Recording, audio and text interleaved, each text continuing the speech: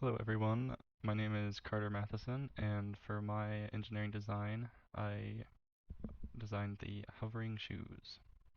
Alright, so what are hovering shoes? The hovering shoes are a new device that will provide easy and quick transportation in crowded areas. It's a shoe attachment with four wheels for each foot and a motor to power said wheels. The hovering shoes were designed to fit nearly all customers with the help of a length adjuster. The ideal location hovering shoes were designed for was transportation across a college campus, but will work in many areas.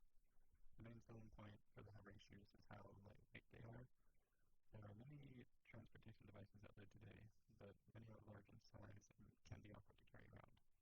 The hovering shoes are designed to use the lightest material possible while still having a sturdy body, allowing the user to place them in a bag of any sort and not have to worry about excessive weight. Hovering shoes also allow for a quick attachment and deattention. A Velcro strip on the front of the shoe keeps time to put them on and take them off at a minimum. For my customer needs portion, I mainly viewed similar products on Amazon and was able to determine what is most essential to making the hovering shoes a great product and created a hierarchy to show the most important features.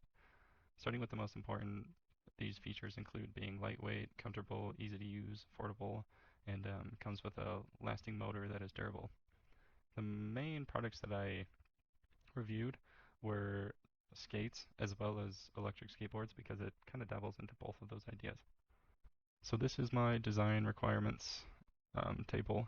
I created a house of quality to help demonstrate the most important features of the hovering shoes. While it shows the important features, it also relates them to engineering characteristics such as like force and dimensions. Some features such as like ease of customer use are very influential when it comes to the overall strength of the hovering shoes compared to something like cost where they can be impacted but not as drastically. So for my concept generation, for the hovering shoes, the concept is generally straightforward. There are many different features that can be changed to a slight degree, but won't really change the shoes very much. At the same time, choosing the correct concepts can be the difference between the hovering shoes being successful or failing. To make sure multiple perspectives were considered, I created 30 different concepts that I could decide upon. And while there were 30 different concepts, the majority of them can be shown in the 10 drawn figures here. Um, and the majority of concepts included things like wheel locations, the motor location, and things like protective features. These are 6 of the concepts that I came up from my preliminary design report. They have mainly the same features similar to the concept generation. There's only really slight changes that were made between the 6 different concepts, but like before, they can really completely change the product. For my concept scoring, each concept of hovering shoe was considered depending on things like how lightweight they would be, how comfortable they would be, and even things like how much they would cost. After evaluating the multiple different designs, I decided to actually scrap the idea of making an adjustable base after realizing how difficult it would be to design and produce, and I decided to develop the flat bottom motor design. When considering the structural analysis for the hovering shoes, it's actually pretty straightforward as the only force acting on them should mostly be the weight of the user. For the prototype at least, I decided to use just a maximum weight value of 200 pounds. And using the simple F equals ma equation, we can see that a 200-pound person would exert about 889.95 newtons. Using that information, we were able to create dimensions for the base piece and wheels, and they can be seen in these drawings here. Knowing the possible force exerted on the hovering shoes and what the dimensions will look like, it was determined that ABS should be used for the base piece, as it's sturdy and weather resistant. And it was also determined that aluminum should be used for the wheel brackets, providing a lightweight option compared to steel while still providing structurability. To help fit powerful motors into a small area under the base piece of the hovering shoes, it was decided to have one brushless DC motor on each hovering shoe. This would help provide more power as well as make accelerating more comfortable. To determine the power required to push a 200-pound person, the power function where power is equal to force times distance divided by time was used. The desired speed for the hovering shoes was to go the distance of 1 mile in 10 minutes. To find the force for the power function, we first had to see what forces were pushing against the user. Those forces included drag force and rolling resistance force. Um, those two equations have pretty complicated layouts and are include multiple values.